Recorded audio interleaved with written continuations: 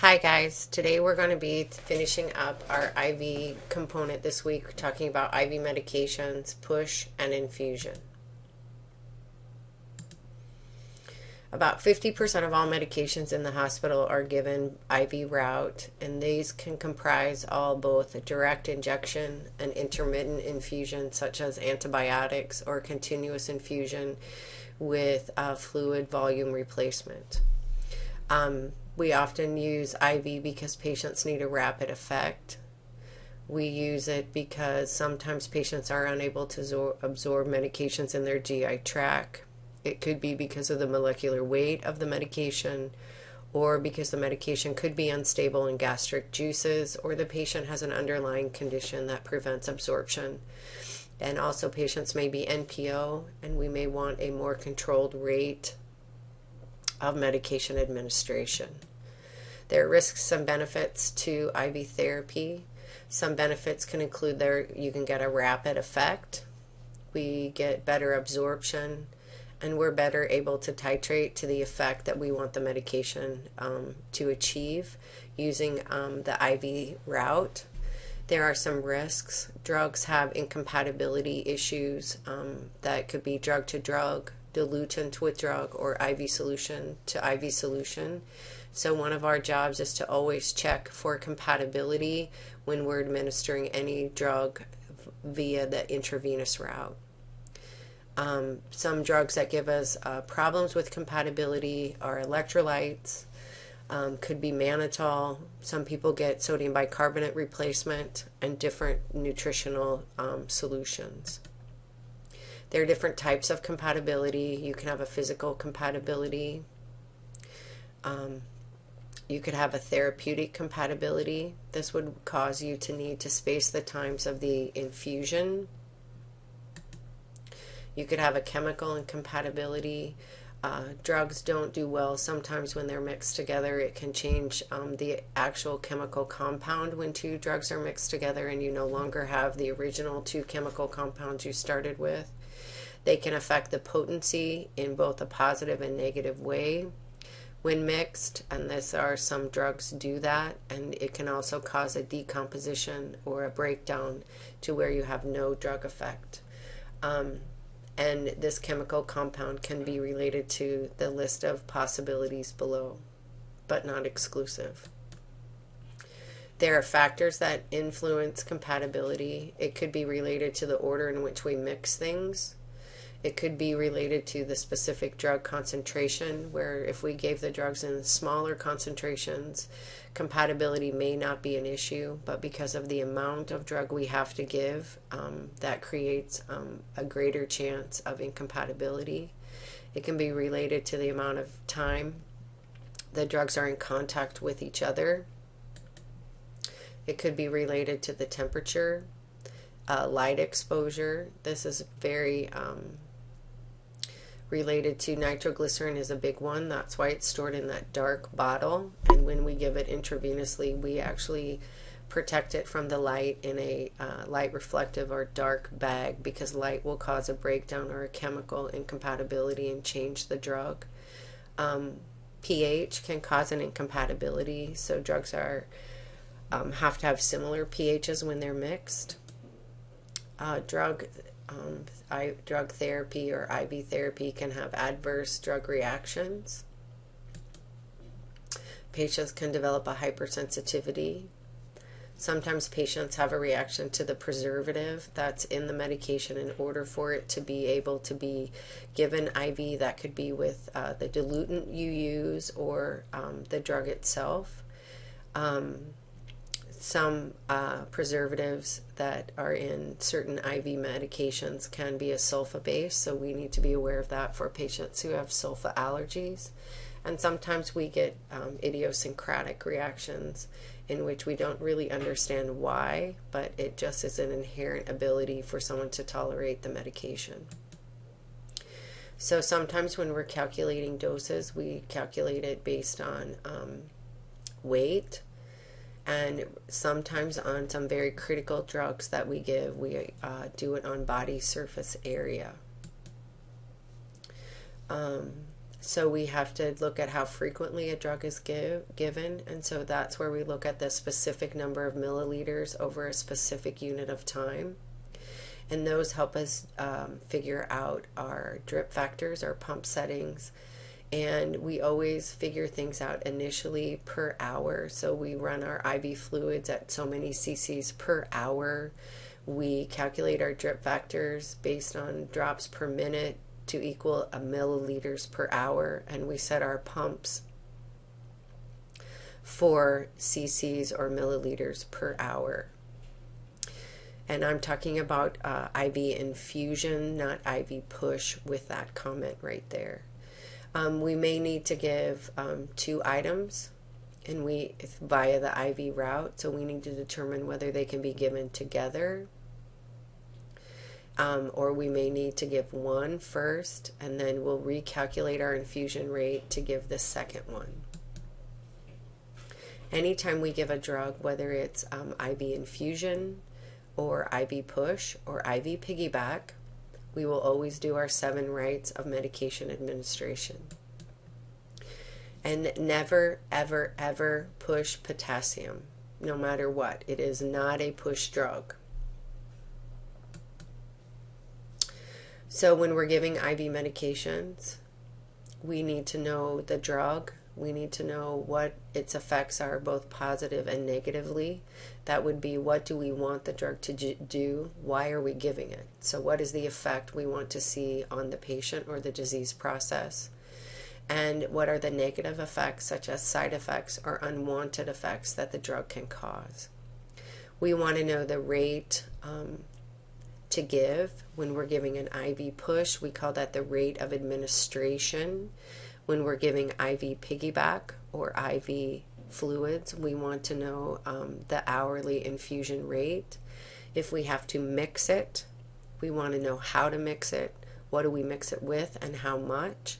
And then we need to know the dosage that we're going to give our patient with this medication. No matter the route of administration, the nurse needs to be competent in the process as well as know the drug itself. Sometimes we may need to reconstitute a powder in order to be able to give it IV. We need to know what we're going to reconstitute it with. Some require normal saline, some will use sterile water, others yet may use D5. So when whatever additive we're using to reconstitute, we want to look at whether or not it has any preservatives in it. We want to make sure that we use the correct amount of additive. We'll want to make sure that all the drug is mixed into solution.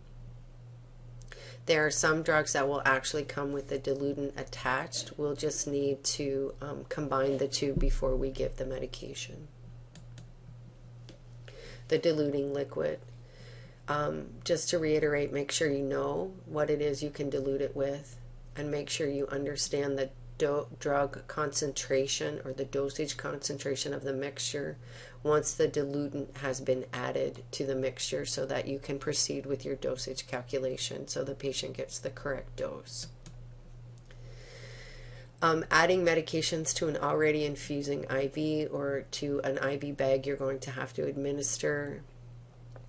For the most part, the pharmacy will send you the IV bag with the additive already to it. It's rare that we will add to an infusion that's already infusing on the floor. But such additives that might be added, you might see multivitamins, potassium chloride, potassium phosphorus. Sometimes we add calcium to IVs so that the patient is getting some additional electrolyte replacement with their maintenance IV fluids. If you have to do it again, you might have to reconstitute it. You'll want to check compatibility. Please know the dosage that you've added. And if you are going to add to an IV solution that is already hanging, you need to put a label on it, and that label should include the additive, how much additive, that would be how many milliequivalents of potassium chloride, how much multivitamin should you add it, exactly what you added, your name, the date, and the time. So equipment you need to give any IV medication, you'll need the drug, you'll need to know the amount, you'll need to know the time of the administration, the age of the administration, and any equipment that you'll need, and make sure that you have it available at the time you're going to do the medication administration. So there are different ways to give IV medications. You can give direct injection. You might hear this phrased as IV push. Generally, these are single dose bolus medications. You may have to give intermittent multiple doses, and you'll give either directly into the vein, which most nurses do not do, or will give it directly into an existing IV line. Whether that existing IV line is a venous lock, which can be also termed saline lock or heparin lock, or whether it's going to be IV fluids, the IV fluid line. So you may also give medications IV piggyback, which means we're going to run the medication piggybacked to the IV that's already infusing. These are drugs that are given over a short period of time. It could be 30 minutes, 45 minutes, an hour, but the patient also has maintenance IV fluid going. This would include things such as antibiotics and a potassium replacement, or what you might hear termed a K writer. And so a saline lock is a way to access for giving either one an IV push or an IV piggyback, and the patient does not have continuous IV fluids going. Or we might do a volume control, which we're going to give a limited amount of volume with the medication. There might be continuous infusions. This might be a primary or secondary line, and that depends on the patient's need. If the patient needs the drug to run continually, it can either run alone or with a secondary fluid. Sometimes we'll stop the primary infusion because we don't want to overload the patient who cannot tolerate excessive amounts of fluid. So there are some complications. You can have infiltration, and this is where the fluid goes into the tissue surrounding the needle. We want to be sure that we assess the site before and after we give any medication in the IV site. We're not going to give medications if the site is at all questionable. We'll provide comfort for the area if it is infiltrated. We'll educate the patient, and we'll document any signs of infiltration. Extravasation can occur, and this is where you'll have a leaking of a viscant drug into the tissue. And the definition is an agent or a substance that causes burn or destruction to the tissue, internally or externally. So this can produce things from a mild to severe local tissue damage. We're going to provide, the patient's going to have discomfort. Perhaps there's going to be some delayed healing, infection, necrosis, or disfigurement. And at times it has led to loss of limb or function of that particular limb. Most drugs that would cause this type of destruction or damage to the tissue generally have an antidote that will need to be given into the tissue site. And some drugs, for example, that could cause, that would be within this extravasation warning would be dilantin, chemotherapy, any radioactive contrast agents needed for X-ray.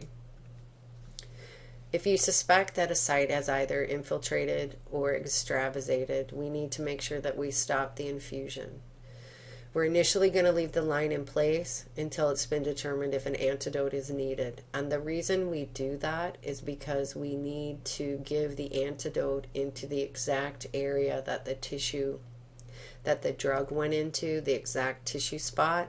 And if we remove that IV line, we may not get it into the right spot. We want to estimate the amount of drug that we believe has leaked or extravasated or infiltrated. We're going to notify our charge nurse and physician. We'll give an antidote if necessary according to the facility policy, and we want to elevate that extremity.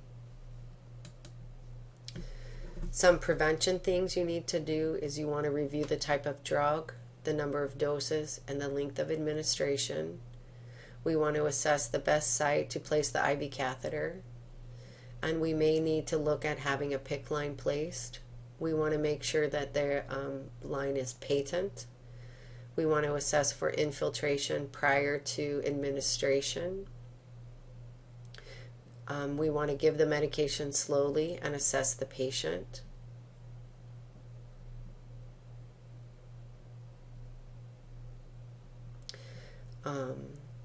Sometimes we're not going to put the medication on a pump because if we can avoid it, especially if we're giving an IV push medication over time, because we're not there to watch as the medication is infusing, to watch for signs of infiltration. We want to reassess the IV site after the drug is infused, and we want to do it each time we give medication, before and after, and we're going to document. And I'll clarify that don't give medication on a pump if at all possible. What I mean by that is if you're giving some IV morphine, IV push, we're not going to use the pump to do that. If I'm giving an antibiotic over 30 minutes diluted in 50 milliliters of normal saline, I am going to use the pump to infuse that so that it infuses over the correct amount of time at the correct rate. So there are certain IV medications, generally IV and always IV push, we are not going to put on the pump if it's IV push. A patient could develop phlebitis, which is an inflammation of the vein, and that can be related to the drug or the solution. And that's just a trauma or irritation to the vein, and it can be caused by prolonged use of irritating things to a particular vein within where the IV site is. There are certain drugs that can put a patient at increased risk. A couple of these are Tetracycline and vancomycin. We often dilute drugs if at all possible because that helps decrease the irritation to the vein and helps with accuracy of making sure that you push your IV push medication over the correct amount of time. We want to be sure again that we assess the sites frequently and manage the site if any phlebitis develops. IV sites can get an infection, so any patient with an IV is at risk. It can be serious if it leads to sepsis because you have a direct access into the bloodstream. So we're going to want to be sure that we monitor our IV site for signs of infection, but also we want to make sure we're looking for signs of infection, generalized infection with our patient. And we want to protect both ourselves and the patient from needle sticks. And we're going to assess our IV sites and report any changes. And that's the end of that. And in class, we're going to go over the exact process of giving an IV push medication, the exact process of hanging an IV piggyback, and the exact process of hanging maintenance IV fluids.